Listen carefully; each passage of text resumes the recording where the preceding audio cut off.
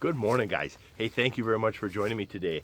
Let's talk about a topic I love is a no-till failure that so many people experience is their soil gets compacted as they try no-till. We've experienced on one of our fields. The first thing is people correlate or relate production or productivity to soil health. Just because that field's very productive don't mean that it's very healthy.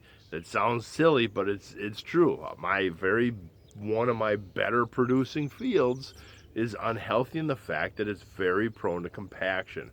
Why does soil compact? Because it's not healthy soil. So they'll do the no-till thing. They'll do it 2, 3, 4, 5 years. The soil keeps getting tighter, tighter. Their crop yields go down, they go down, and then they say, "Well, see, we tried the no-till. We listened to the experts, and it didn't work. The experts told us if we just no-till for 5 years, if we just stick with it for 5 years, all of a sudden, boom, the skies open up, and angels sing, ha ha, and your soil is now this miraculously beautiful stuff."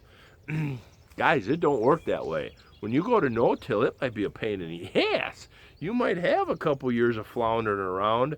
If you don't change your ways, it isn't going to work for you.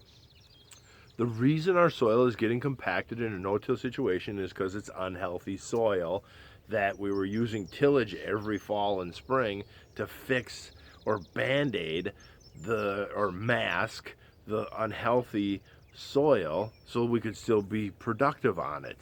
When going to no-till, you don't have the tillage to hide that soil health issue. It's going to stare you in the face until you fix it. What we need to do is bring soil health practices along with your no-till system. So your first year or two of doing no-till with soil health stuff might be a pain in the butt. It might be a big learning curve. The easiest way to do this is diversity. One, for soil health is to stop tillage. Two is the diversity part. So we need to, instead, if you're going to just go into no-till and say, well, I'm just going to keep doing corn and beans like always, I'm just going to not do tillage. That's not a no-till program. That's just not tilling your corn and soybean program.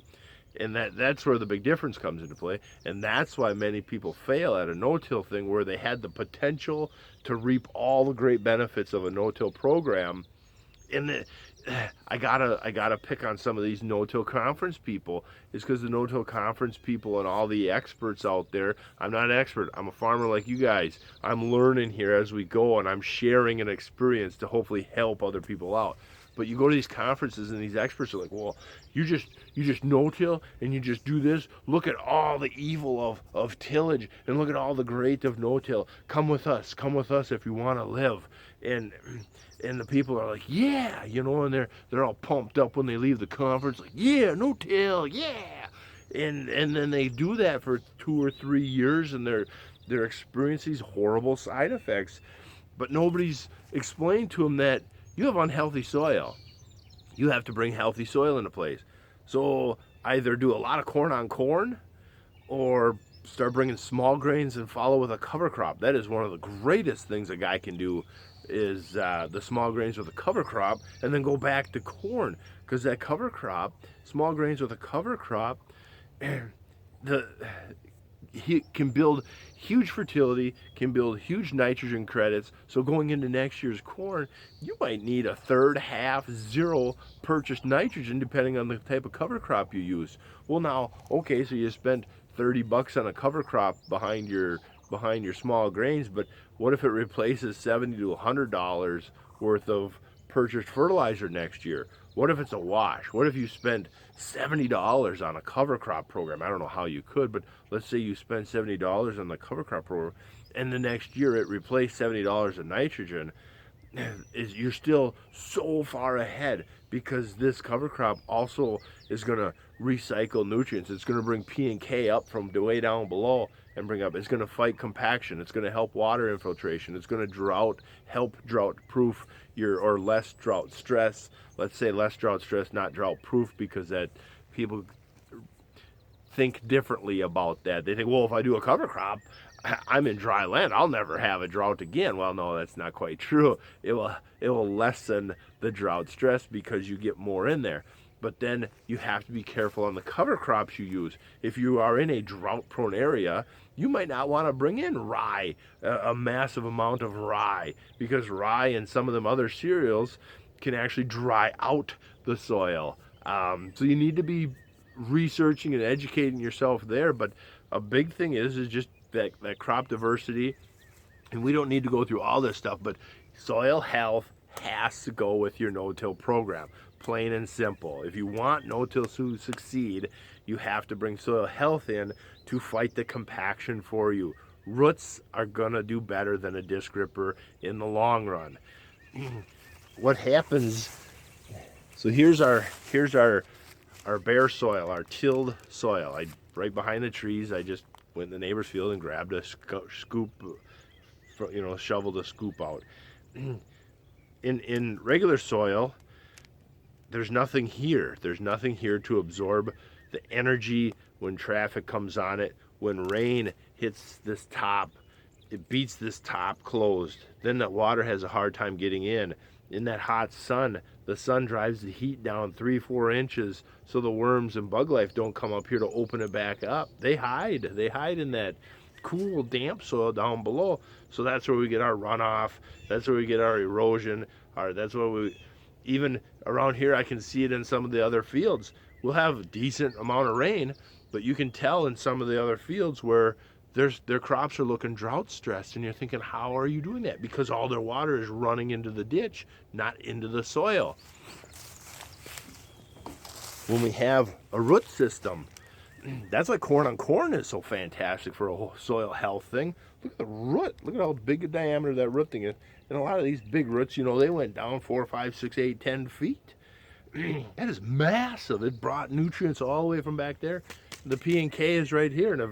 And when this gets eaten up by the worms, they'll make great new soil that's full of nutrients for us, that new topsoil. You have these roots that are stopping water and stopping erosion. The roots become channels for water to infiltrate.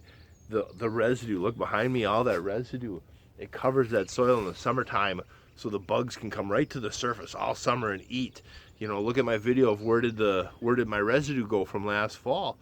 On a hot day like that, or from the hot summer, normally I'd never ever see anything like that, but since we've had residue on the ground, you can see all that soil and the residue just being eaten up. It's kind of a fun process to see your soil get healthy. It's cool if you're a dirt person. I absolutely love watching my soil starting to transform. It's still got a long ways to go, but we're getting there, and it's moving there very quickly. But then, so you drive on it, the roots absorb compaction, they stop erosion, they give water and air to get in, and that's where our less drought proof comes in. And so then you could start the debate of maybe everybody tiling, grid pattern tiling. Maybe if they had healthy soil, they wouldn't have to spend thousands of dollars on an acre for tiling.